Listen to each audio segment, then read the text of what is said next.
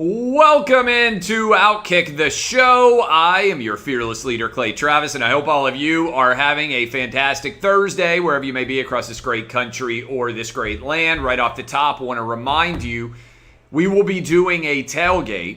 Outkick bus tour will be in Nashville this weekend. We will be live at the Georgia Vanderbilt game. We will be on campus. We will be impossible to miss. If you are a Georgia Bulldog fan or a Vanderbilt Commodore fan, you can come by and hang out. We'll be broadcasting live from 8 to 11, the Outkick Tailgate Show, everything surrounding it. I'll be live on Big Noon Kickoff. All of that is coming your direction. All you have to do to hang out is come find us at the tailgate venue. Also, right off the top, this weekend, Colts are going on the road against the Titans. If you bet $5, you get back $150. That is a 30-1 payout. All you have to do is pick the winner and go to fanduel.com/clay. That is fanduel.com/clay. $5 turns into $150. 30-1 payout. All you have to do, one more time, is go to fanduel.com/clay. That is fanduel.com/clay. We have the Panthers-Texans game tonight. Let me remind you, we are going to have a live show with Todd Furman at 5 o'clock Eastern, 4 o'clock Central, 3 o'clock Mountain, 2 o'clock Pacific. Every Monday, Thursday, we will have Outkick Show. It's called The Fade. It's me and my buddy Todd Furman, focused on college football and NFL gambling. I will give you the Outkick six-pack, which is on a roll. We'll also discuss all of my gambling picks. That will be at 5 o'clock Eastern, 4 o'clock Central, 3 o'clock Mountain, 2 o'clock Pacific, shortly on this same universe. YouTube, Facebook, Twitter. You can go listen to the podcast, all that and more. Panthers-Texans is going on tonight. I like the Panthers to cover the 7 or the 7.5. You can get it at 7 many places right now.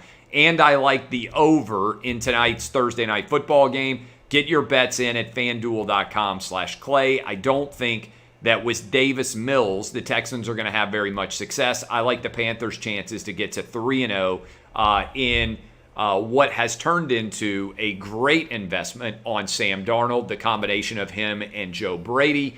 We're now in year 2 as you think about the new regime in Carolina. Seems like the Panthers may have a chance, as long as Christian McCaffrey stays healthy, to think about making a run in the NFC South. So, again, that's why I'm on the Panthers -7 and the over in this game going forward. I want to talk about this because I think it's a big story, and I think it's a significant story, and I think it deserves a lot of attention. In 2020, according to FBI data, we set an all-time high for murder rate increase going all the way back to 1960 when they started to keep this data. In fact, not only did we set an all-time high for murder rate increase, we doubled the all-time high. Doubled all-time high from 29% this year. The previous high was 1968, and it was 12.7% of an increase. Why did the murder rate suddenly in 2020 skyrocket by 29%? The answer is pretty clear. It's transparent. It isn't in any way hidden. It's because we allowed people to attack the police and try to send the message that police were the problem in this country, even though police solve and save and protect people who are white, black, Asian, and Hispanic at unbelievable rates. Let's think about this for a minute. 29% increase in the murder rate, highest yearly increase we've ever seen. Some people are going to say, well, that's because of COVID. You'll hear them. Well, it was because of COVID. Actually, that's not accurate. COVID actually drove down the murder rate in March and April and May until the BLM protests started. We've seen this all before. In 2016, the Ferguson effect became a reality. If you tell police you can't do your job, if you demonize police, They move out. They don't work as hard. They don't pursue justice as aggressively. They don't police anywhere near the same level. Then the criminal element moves in and violent crime skyrockets, particularly murder. And sadly, the vast majority of the victims, when this occurs, tend to be black, right? So Black Lives Matter gets out, demonizes police, protests like crazy, and says that police are the problem. And then thousands of black people who would otherwise have been alive if police had been able to do their jobs end up dying. Those are the stakes. Those are the consequences. And the reality is the defund the police people don't care because they're arguing politics. They're not trying to make anybody's life actually better. Okay? So what happens here is what has become a major issue, and I'm going to tie this in also with what's going on at the border right now. Something goes viral, video, picture, story, on social media. It isn't representative of what usually happens, but it becomes a calling card. In this situation, it was the George Floyd incident. It went viral, and the argument became, even though there was no suggestion that race was directly involved at all in the George Floyd Chauvin incident, it became a calling card, arguably, in the mind of BLM and in the mind of Democratic voters, that this was a incident which was reflective of the overall relationship between black people and police, even though it wasn't remotely reflective of that. So all the politicians come pouring in and they demand that police be defunded. They delegitimize police. Guys, they even pulled the television show Cops off of television, all because of this one viral video that changed everything in terms of police being able to do their job. As a result, police pull back. They aren't able to protect people, and the murder rate skyrockets as the criminal element comes in. We saw it happen in 2016 with Ferguson. We saw it happen nationwide in 2020. Every politician or political figure or media opinionist who came out and said, we need to defund the police, has blood on their hands. This is the most destructive, the dumbest idea that I have ever seen gain political cogency ever in my life in this country. And as a result, we are now reaping the results of all of this massive increase in murder. And I want to tie it in. Again, unprecedented rise in murder, never happened on this level going all the way back to 1960. And I want to tie it all in with what's going on right now with horses being banned at the border. You've probably seen the video from Del Rio, Texas, of all of the illegal immigrants underneath the bridge there trying to enter into the country. There were a couple of photos that went viral of Border Patrol agents on horses. Maxine Waters actually came out and said, this is worse than slavery. And as a result of those images and stupid arguments like Maxine Waters, what happens is people overreact. So the Biden administration, I can't even make this up, has now banned horses on the border in Del Rio, Texas. They've made it harder for Border Patrol to do their jobs. Theoretically, the reason why you use horses is because you have the ability to move and move more rapidly in what is often difficult terrain along the border if you are on horses as opposed to if you are on foot. So what has happened now is this is the equivalent of rearranging deck chairs on the Titanic. You aren't in any way actually making anything better. It is cosmetic theater, which is what we are seeing with COVID as well. See, this is what social media does. It uses viral anecdote outlier incidents to stand in as if they are representative of larger issues. And when you address those viral anecdote incidents, what you end up doing is destabilizing and frequently destroying a system that was in place that was better than the one that you are replacing it with. And that's what happened at the border. That's what's happened with defund the police. We are replacing structures, and entities that we have designed that are far more successful, we're tearing them down because of unrepresentative, viral, anecdotal, outlier incidents that spread on social media. And what the adults should be doing is standing up and saying, wait. The story here is not Border Patrol on horseback.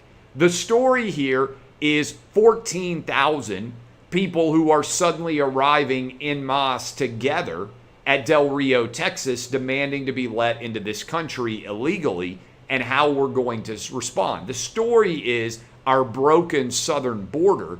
The story is not a snapshot photo of a Border Patrol agent on horseback as somehow being representative of the larger context at play here. This is how failures happen. This is how situations arise, which lead to overall worse decision making going forward. I'm going to tie this in with how we're responding to kids in schools as it pertains to COVID here momentarily. But first, I want to tell you about my friends at farmfolio.net. You need to be checking these guys out. Did you know stock market near an all-time high? Inflation near a high for many of our lives. Overall asset valuations peaking. And right now you may be wondering, where should I put my assets to allow them to grow? Do you know farmland has consistently outperformed the S&P 500 for decades? My own family bought farmland decades ago. My grandfather retired. He worked at DuPont his entire life. 8th grade education. I'm named after him. His name was Clay Travis. He came down from Muhlenberg County, Kentucky, and came to Nashville and made a life for himself here. He lived in Old Hickory, lived in Goodlettsville, Tennessee, worked at the DuPont factory out there for his entire life. He retired. It was the late 1960s, moving into the early 1970s, and he saw that inflation was going to be an issue. He foresaw the coming Jimmy Carter inflation era, and he bought farmland. Bought 700 acres in West Tennessee between Linden and Hohenwald as a hedge against inflation, to have lumber, to have farmland. And you know what's happened? That farmland has done very well, and you can also make the decision now. As Mark Twain said, you can buy land, they aren't making any more of it. With inflation rising, stocks at all-time highs, taxes about to go way up in the Biden administration, we know you need to protect your assets. That's what I'm doing in my life. You should be doing it too. You need to head over to farmfolio.net/clay. That's farmfolio.net/clay. Farmfolio.net/clay. Sign up today and start investing in farmland yourself as a great hedge against inflation. You need to put your money somewhere so it can grow safely. How about farmfolio.net? Put your assets into land. You know, this should be a massive story. Everybody should be talking about what's happened in Chicago and how it pertains to the larger threat that everybody is facing, especially kids, from COVID. You know that I went and spoke at my local school board. My kids are public school kids. I went and spoke to argue against masks because there's no evidence to support it at all. There is no data whatsoever to support the idea that masking children makes them safer. It's why everybody in Europe isn't doing it, basically. It's why all of this, in many ways, is madness. So what does make sense?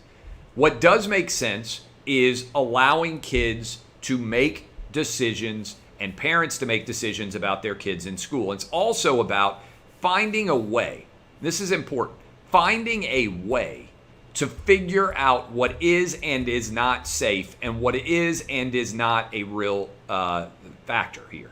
Did you know that so far in 2021, more kids have been shot in Chicago than have died with COVID? Let me repeat this and let me give you the actual data because it's staggering. 302 children have been shot in Chicago alone this year. Did you know that kids who are under 18, only 214 of them have died with COVID so far this year? So let me repeat this. you are nearly 50% more likely to be a kid shot in Chicago by itself than you are to die with COVID in the entire country. Think about that for a minute. When you analyze risk, if you are a kid in Chicago, you are infinitely more likely to be shot than you are to die with COVID. If you are a kid in the entire country, you are more likely to be shot in Chicago by itself than you are to die with COVID. This is why I keep hammering home these kid data as it pertains to COVID. You are under more risk, your kids are, of dying in a car while you drive them to school. Your kids are more in danger of being murdered. They are more in danger of committing suicide. They are more in danger of drowning. They are more in danger of dying of the seasonal flu. All of these things are true of children, and Chicago has had more kids shot, nearly 50% more, 302 kids shot compared to 214 kids that have died with COVID nationwide. Assessment of risk is what adults should be doing. We have done a horrible job as a country of understanding risk and explaining it to our kids. One reason is because of all the woke imbeciles out there that use emotion as opposed to fact and try to argue that you don't care about saving people's lives. Let me tell you this. Did you know that WWE is starting to satirize the current era that we are in by having a woke wrestler? He calls the ring his safe space. He is opposed to microaggressions, and he's apologizing for his toxic masculinity. This is how you win. Satire, ridicule, humor. The woke are not funny, not intentionally funny anymore anyway. They are breaking the foundations of our country with their pathetic loserdom. And so we need to take up opposition against them and let them have it. I absolutely love the satirical element here of the WWE debuting a woke wrestler and having him be a villain and having everyone mock how ridiculous he sounds. You win by making people look absurd, and that is easy to do when it comes to the woke universe right now. Speaking of the woke universe, did you see that the ACLU replaced the use of the word women in a famous quote from Ruth Bader Ginsburg? If you missed this, I want you to make sure that you saw it. This is patently absurd, but it is far too frequently a reality here. The ACLU changed these quotes. Ruth Bader Ginsburg said, "The decision whether or not to bear a child is central to a woman's life, to her well-being and dignity. When the government controls that decision for women, women are being treated as less than a fully adult human responsible for her own choices." That's what Ruth Bader Ginsburg said. They replaced it to this. This is the ACLU. "The decision whether or not to bear a child is central to a person's life, to their well-being and dignity. When the government controls that decision for people, they are being treated as less than a fully adult human responsible for their own choices."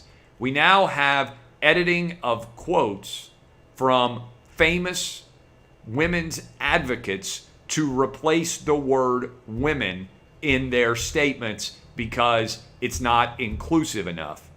Evidently, we're supposed to believe that someone other than women can have children now. And it's not just the word women. It's also the word men even more frequently. According to Marvel executives, the word X-Men, as in the X-Men, you're familiar with them, it's outdated and uninclusive. They are going to consider replacing the word men from X-Men. Let me repeat this. If you're familiar at all with Marvel movies, the X-Men is universally understood. The word men, according to Marvel, is outdated and uninclusive, and it needs to be replaced. Make it clear what is going on here. They are trying to change our language in an effort to change our society. The communists, they want to take over this country, and they are trying to do it through social media, through the young, and through the woke police. Finally, what we need to have happen is for the woke to go to war with each other over who is the wokest. This is typically how revolutions end, when they start to internally feud with each other over who is the purest, who is the wokest of them all. This is pretty wild. So New York City vaccine passports are on their application actually racist. Candace Owens had a good point, and she tweeted out earlier today, according to city data, 72% of black people between the ages of 18 and 44 are unvaccinated in New York City.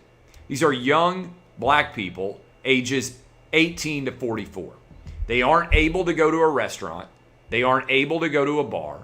They aren't able to go to a movie. They aren't able to go to a gym. They aren't able to go to a sporting event. Now, somehow, the subway is still open. I don't really understand how, if COVID is this huge looming monstrosity of a threat and you're shutting out the unvaccinated from all of the places that I just ran through, that the subway is still open to them. Worth debating and considering how that might be the rule. I would think because they're probably afraid of being sued, because the subway can go from one state to another and actually involves interstate commerce, in theory. Worth thinking about. That would be my answer, probably why the subway is not included in the bannings inside of New York City. But it's indisputably true that the vaccine mandate has a disproportionate impact on black people and Hispanic people, who, while all the focus in the media is on the ignorant redneck Trump voter who is not vaccinated, proportionally, the far more likely individuals to be unvaccinated in this country are minorities, black and Hispanic, mostly young. Again, you just heard me say 72% of black people between the ages of 18 and 44 are unvaccinated. So, Black Lives Matter is threatening to start to protest vaccine mandates as being racist in New York City. And this, my friends, is the kind of intersectional battle I have been waiting for. I have been eager to see. I'm going to get my popcorn and I'm going to cheer on BLM as they go to war with vaccine mandates in New York City. Because what are Democrats going to do? Are they going to take the side of their massively supportive black community that has overwhelmingly voted Democrat for decades? Or are they going to take the side of their woke Corona Bro community, which is requiring and arguing for vaccines everywhere? I don't know, but it's going to be fun to see what happens. I never thought I would say it, but I would love to see BLM start these protests just to see all of the conflict explode inside of the Democratic Party. All right. I love all of you guys. I'm going to be live with Todd Furman for a sports gambling special. I have got all my picks ready. I'm tearing off these notes, which represent today's show that I just did. I have got the Outkick six-pack. It is a 66% winner so far this year. I have got my 11 college football picks. We'll get Todd Furman's best college football and NFL picks as well. That is what is coming up at 5 Eastern, 4 Central, 3 Mountain, 2 Pacific. Don't miss it. The Fade with Todd Furman, getting you ready for the weekend. It's going to be live here shortly. I'm Clay Travis, DBAP, unless you need to SBAP. Some people have been looking this up, so you don't know what that means. DBAP stands for Don't Be a Pussy. SBAP stands for Sometimes Be a Pussy. Explaining it for people out there who don't know, if somebody says to you, hey, I'll give you $100 to swim across that crocodile-infested lake, I would say no.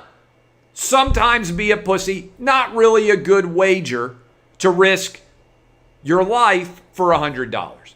If somebody said, hey, dude, are you gonna wear your mask while you drive in your car by yourself, I would say, hell no, don't be a pussy. Effectively, this is about analyzing risk, making good decisions. Don't be a pussy when it doesn't make sense to be, but sometimes it does make sense to be a pussy. It definitely makes sense to watch the fade next. I'm Clay Travis.